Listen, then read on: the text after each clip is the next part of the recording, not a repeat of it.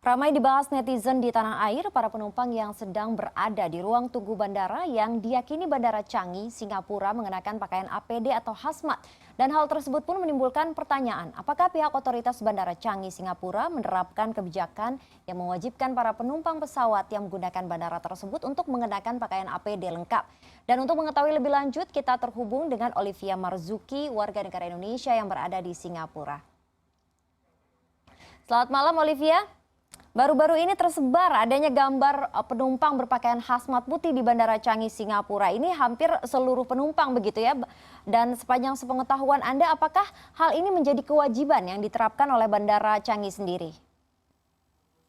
Ya, kalau dari observasi saya, ini sebenarnya bukan merupakan prosedur standar dari Changi Airport ya, karena beberapa waktu lalu ada kolega saya, ada teman kantor saya yang juga traveling, mereka ke Jakarta, begitu dari Singapura, dan mereka tidak diwajibkan sebenarnya untuk memakai APD. Jadi saya rasa video viral yang beredar di Indonesia ya, itu sebenarnya adalah cuplikan dari satu rombongan. Mungkin ya saya tidak tahu pasti ya, tapi mungkin ini disinyalir rombongan dari satu negara, mungkin Vietnam, karena saya baca-baca beberapa artikel ya. Sepertinya ini ada rombongan dari negara Vietnam yang sedang dipulangkan kembali ke negaranya. Jadi mereka memakai APD lengkap, pakai baju hazmat, ini karena memang permintaan dari negara tujuan destinasinya, mungkin Vietnam begitu dalam hal ini. Karena memang mereka sedang mencegah juga masuknya kasus-kasus infeksi dari luar negeri atau imported case. Tapi dari Singapurnya sendiri, saya tidak melihat ini merupakan protokol wajib dari Changi Airport. Baik, jadi yang berpakaian hazmat itu adalah hanya sebagian warga atau grup begitu ya, yang memang mereka menerapkan itu bagi grupnya. Dan juga memang sebenarnya protokol apa saja yang kemudian diwajibkan oleh para penumpang pesawat di Bandara Changi sendiri? Dari pengalaman teman-teman yang sudah melakukan traveling ya, mereka ini hanya diperbolehkan untuk berpergian lewat international travel atau pesawat gitu ya, dengan ada izin khusus. Jadi mereka biasanya orang-orang yang memang ada kepentingan untuk travel atau essential travel. Nah, jadi teman-teman saya yang ke Jakarta itu memang karena ada tujuan business trip, dan mereka pemegang kitas ya, warga negara Singapura yang memegang kitas untuk bekerja di Indonesia. Nah, jadi memang persyaratannya ya harus ada izin masuk ke negara tujuan, dan juga dengan melakukan PCR test ya, untuk make sure kalau penumpang ini tidak ada infeksi atau riwayat infeksi COVID-19.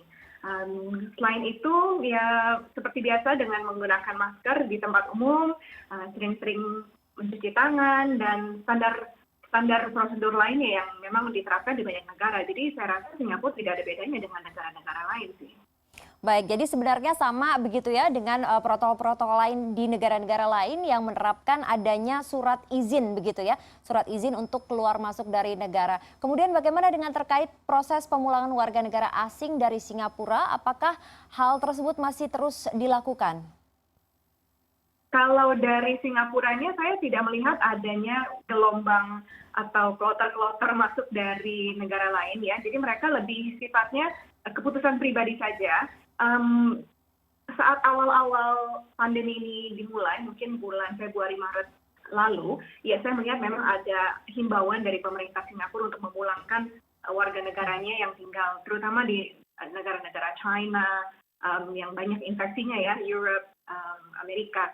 Tapi belakangan mungkin 2-3 bulan terakhir saya lihat orang-orang yang kembali atau dipulangkan dari negara lain masuk ke Singapura itu merupakan orang-orang yang memang memutuskan secara pribadi untuk kembali ke Singapura. Mereka membayar dan mengcover semua trip ataupun biaya dari perjalanan mereka itu, dan tidak ditanggung oleh pemerintah lagi.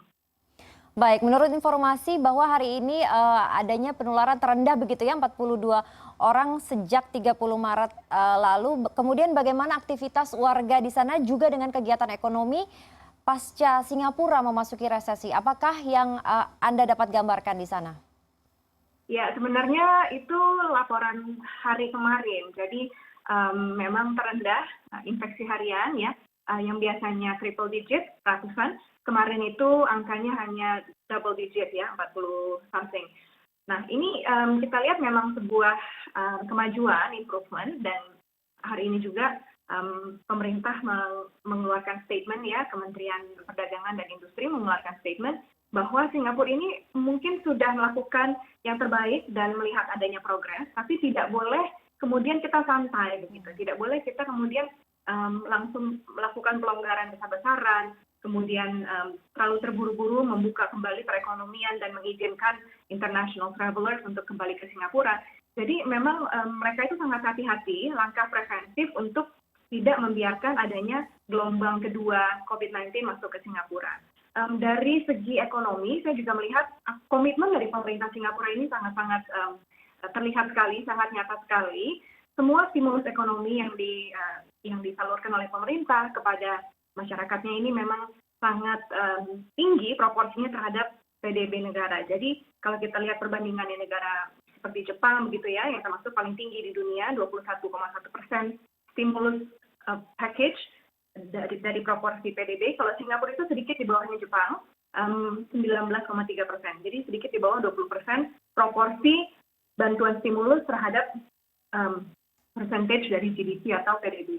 Jadi saya lihat memang di sini pemerintahnya sangat komitmen untuk membantu mencegah adanya resesi lanjutan. Nah, jadi yang kita lihat saat ini adalah resesi yang sifatnya teknikal, di mana kita lihat ada 2 kuartal kemunduran atau pertumbuhan PDB yang negatif.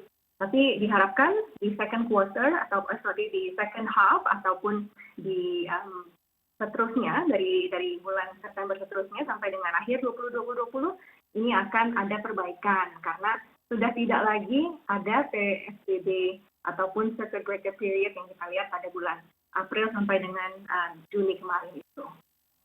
Baik, terima kasih atas informasi Anda, Olivia Marzuki dari Singapura. Tetap berhati-hati dan stay healthy.